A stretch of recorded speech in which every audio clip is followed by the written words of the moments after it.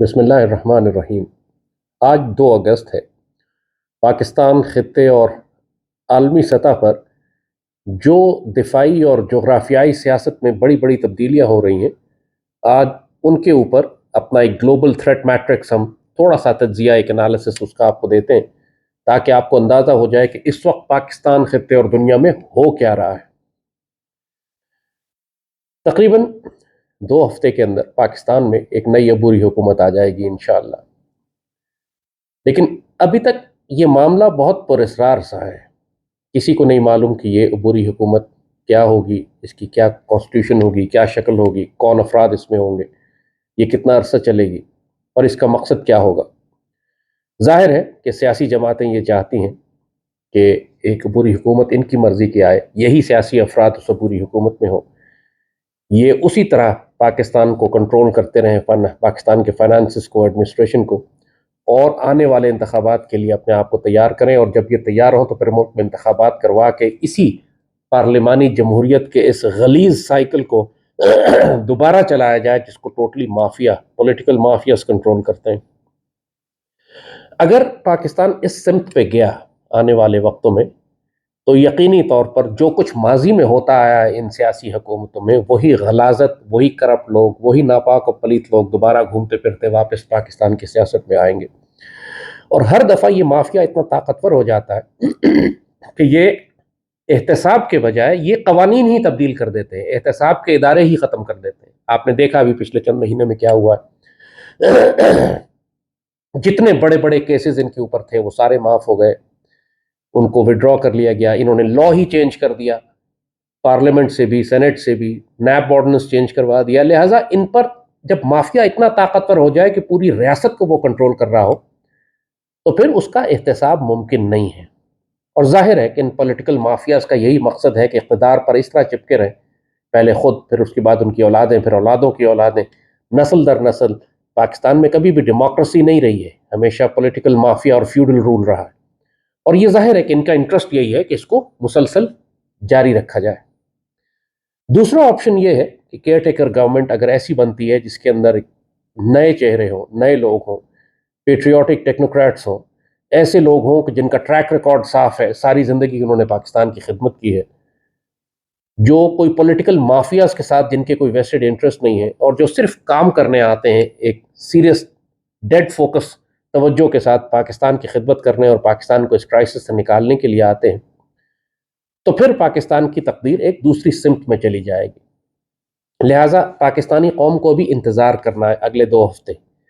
ہمیں to be honest مجھے بھی نہیں معلوم کہ پاکستان کی مقتدر اشرافیہ، جس کو اگر جو فیصلہ کریں گے یہ لوگ، کیا پاکستان کے انٹرسٹ میں فیصلہ کریں گے یا پرسنل ویسٹڈ انٹرسٹ میں فیصلہ کریں گے، اس کے بارے میں ابھی کم از کم میں نہیں جانتا۔ 2 ہفتے میں معلوم ہو جائے گا۔ اگر تو یہی پولیٹیکل پارٹیز اپنے نمائندے لے آتی ہیں کیئر ٹیکر گورنمنٹ میں، تو سمجھ لیں کہ آگے پھر کرائسس ہی کرائسس ہے۔ فوج کو زیادہ کام کرنا پڑے گا ان کو سنبھال کر رکھنے میں، ان کو چلانے میں، ان کو گائیڈ کرنے میں، کیونکہ یہ خود پولیٹیکل پارٹیز نے ثابت کر دیا ہے کہ یہ اس قابل ہی نہیں ہے کہ پاکستان کے مسائل حل کر سکیں یا آپس میں بیٹھ کے بات بھی کر سکیں۔ یہ سب کے سب انکورجبل کرپٹس ہیں۔ سو دیر از آلویز اے پوائنٹ جس کے بعد یو ڈیسائیڈ کہ سو فار نو فردر، بس۔ اور اگر پاکستان آرمی، پاکستان کے طاقتور حلقے، محب وطن، پاکستان سے پیار کرنے والے یہ فیصلہ کر لیتے ہیں کہ اب ہم نے پاکستان کو ایک نئی سمت میں ڈالنا ہے، پہلے احتساب کرنا ہے، پھر انتخاب کرنا ہے، پاکستان کی صفائی کرنی ہے، لوٹی ہوئی دولت واپس لے کر آنی ہے، ایڈمنسٹریشن ٹھیک کرنی ہے، گورننس کو بہتر کرنا ہے، پاکستان کے لوگوں کو عدل اور انصاف دینا ہے، پاکستان کا دفاع کرنا ہے، تو پھر یقینی طور پر آپ کو بہتر لوگ چاہیے، محب وطن لوگ چاہیے۔ سو اللہ سے دعا کریں اور انتظار کریں۔ جیسے میں نے کہا، مجھے بھی نہیں معلوم کہ 2 ہفتے بعد کیا ہوگا اور کون لوگ حکومت میں آئیں گے، لیکن جس قسم کی پراسرار خاموشی ہے اور سیاستدانوں کو بالکل منہ بند ہے ان کے، یہ افواہیں چھوڑتے رہتے ہیں لیکن خود ان کو بھی نہیں معلوم کہ کیا ہونے والا۔ مجھے لگتا ہے کہ اللہ پاکستان کی کوئی خیر کر دے گا انشاءاللہ۔ دوسری جانب آپ تھوڑا سا بھارت کی طرف چلتے ہیں۔ بھارت میں آپ دیکھ رہے ہیں کہ کچھ ہفتے پہلے منی پور میں شدید ترین فسادات ہوئے، ہندو اور عیسائیوں کے درمیان۔ کم از کم 1.5 لاکھ جو عیسائی تھے، کوکی عیسائی، وہ ہجرت کر کے آس پاس کے ریاستوں میں اور دوسرے ملکوں میں جا رہے ہیں، وہاں شدید جنگ ہے، کرفیو لگا ہوا ہے، حالات خراب ہے، انٹرنیٹ 2 مہینے سے بند ہے، اور پوری دنیا نے دیکھا کہ کس طریقے سے نریندر مودی کی بی جے پی کی حکومت نے منی پور میں آگ لگائی، وہاں پہ عیسائیوں کو قتل و غارت کی، ان کے چرچ جلائے، ان کے گھر جلائے، آپ نے ویڈیو فلمیں دیکھی ہیں جس میں عورتوں کی بے حرمتی کر رہے ہیں وہ، استغفر اللہ۔ یہ شرمناک کردار پوری دنیا نے دیکھا، اور ساتھ ہی ساتھ ابھی منی پور ختم بھی نہیں ہوا تھا کہ آپ نے دیکھا کہ آج کل ہریانہ میں، بالکل دہلی تو ہریانہ اسٹیٹ کے اندر ہی آتا ہے تقریباً، ہریانہ میں مسلم کچھ فسادات شروع ہو گئے، پورے بھارت میں ہو رہا ہے یہ، راجستھان ہو یا باقی تمام بھارت کے مختلف صوبے ہوں، ہر جگہ پہ لاکھوں کی تعداد میں بی جے پی اور بجرنگ دل کے جو دہشت گرد ہیں ان کو اسلحہ تقسیم کیا جا رہا ہے، ان کو کھلی چھٹی دے دی گئی ہے، مسلمانوں کی املاک کو جلائیں، مسلمان عورتوں کو قتل کریں، بے حرمت کریں، اغوا کریں، مسلمانوں کے مسجدوں کو جلا دیں۔ پورے بھارت میں اس وقت آگ لگی ہوئی ہے۔ یہ جو ہم پروگرام ریکارڈ کر رہے ہیں اس وقت بھی ہریانہ میں، اس وقت بھی بھارت کے مختلف علاقوں میں جلاؤ گھیراؤ اور مسلمانوں کو قتل و غارت اور ان کی چیزوں کو، املاک کو تباہ کرنا، ایک خوفناک پاگل پن مچا ہوا ہے بھارت کے اندر اس وقت۔ جو منی پور میں آپ دیکھ رہے تھے اب مسلمانوں کے خلاف نارتھ انڈیا میں، باقاعدہ سینٹرل انڈیا میں، دہلی کے آس پاس یہ سب کچھ ہو رہا ہے۔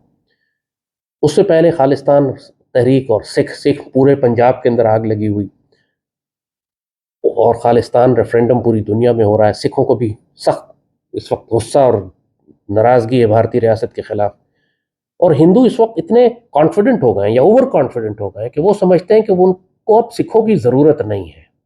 ایک زمانہ تھا کہ بھارتی فوج میں 20% سکھ ہوا کرتے تھے، اب ان کی تعداد گھٹ کے 5% رہ گئی ہے، کیونکہ اب ہندو سمجھتے ہیں کہ وہ طاقتور ہو چکے ہیں کہ وہ سکھوں کے بغیر بھی گزارا کر سکتے ہیں، اور طاقت کے بل پر وہ سکھوں کو کرش کرنا چاہ رہے ہیں، ظاہر ہے اسی لیے سکھ بغاوت بھی ہو رہی ہے۔ اور اس وقت پوری بھارتی ریاست، جیسے کہا، لوگ یہ کہتے ہیں کہ جی بھارت پاکستان سے کیوں جنگ کرے گا، اس کی تو معیشت بہتر ہو رہی ہے۔ اگر بھارت کی معیشت بہتر ہو رہی ہے تو یہی ہندو اپنے ملک کو کیوں آگ لگا رہے ہیں؟ کیا ان کو اپنی معیشت کی فکر نہیں ہے؟ حقیقت یہ ہے کہ بھارت واقعی ڈوب رہا ہے۔ پچھلے 1-1.5 سال کے اندر لاکھوں کی تعداد میں بھارتی اپنی شہریت ترک کر کے ملک سے باہر جا چکے ہیں۔ بھارت چونکہ ڈیول نیشنلٹی الاؤ نہیں کرتا، تو اگر آپ کسی اور ملک کی شہریت لیتے ہیں تو آپ کو بھارت کی شہریت چھوڑنی پڑتی ہے، اور کسی اور ملک کی شہریت لینے کے لیے آپ کو بہت مالدار اور یا تو تعلیم یافتہ ہو، اتنے آپ کے پاس ہنر اور صلاحیت ہو، یا مالدار ہو آپ۔ تو لاکھوں کی تعداد میں جو مالدار اور تعلیم یافتہ اور ذہین ترین بھارتی ہیں وہ شہریت ترک کر کے بھارت چھوڑ کر جا رہے ہیں، کیونکہ وہ یہ جانتے ہیں کہ جس قسم کے فسادات اس وقت ہو رہے ہیں اور آنے والے وقتوں میں ہندوتوا جو تباہی مچائے گی بھارت کے اندر، اس میں کوئی شریف ہندو بھی نہیں رہ سکتا۔ جس طرح اسرائیل میں آپ نے دیکھا کہ نتنیاہو کی حکومت نے مارشل لاء کی طرح کے قوانین بنا دیے، جس کے اندر 100% اختیار اور طاقت حکومت کے پاس ہے، اور سپریم کورٹ جو چیک لگاتی تھی اس کے اوپر، اس کو بھی ختم کر دیا۔ تو لاکھوں کی تعداد میں یہودی سڑکوں پر نکل آئے۔ اسرائیل میں آپ دیکھ رہے ہیں پچھلے دنوں کیا ہو رہا ہے، اور آج کل بھی یہ اس سے فساد چل رہا ہے، اور جس بری طرح اسرائیلی ریاست پہلے فلسطینیوں کو مارتی تھی، اب وہ خود یہودیوں کو مار رہی ہے۔ اسرائیل میں بھی ڈکٹیٹرشپ آ رہی ہے، اور یہی طریقہ کار بھارت میں ہو رہا ہے کہ ایک ڈکٹیٹرشپ آ رہی ہے۔ جس بھارتی جمہوریت کی مثالیں پاکستان میں دی جاتی تھی، اب وہ بھارتی جمہوریت ایک ہندوتوا کی بی جے پی کی ڈکٹیٹرشپ میں تبدیل ہو چکی ہے، اور جو کچھ خوریزی اس وقت کی جا رہی ہے وہ سب اس لیے کیا جا رہا ہے کہ ان کو 2024 کے الیکشنز کے لیے ووٹ بینک اپنا تیار کرنا ہے، جو کہ بیسیکلی ہندو ووٹ بینک ہے۔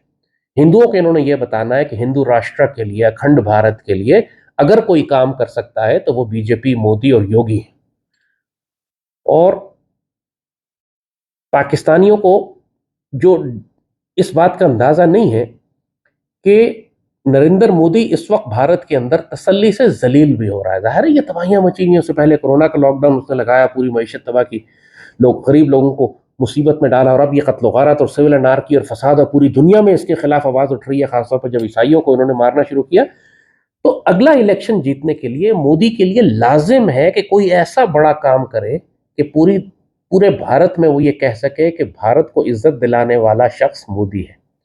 اور وہ ایک ایشو، صرف ایک ایشو ہے، وہ یہ کہ یہ پاکستان کے خلاف اگر کوئی بڑی جنگی کارروائی کر کے کوئی فتح حاصل کر لیتے ہیں، کوئی پاکستان کو بھاری نقصان پہنچا دیتے ہیں، تو یہ اگلا الیکشن پھر جیت سکے گا۔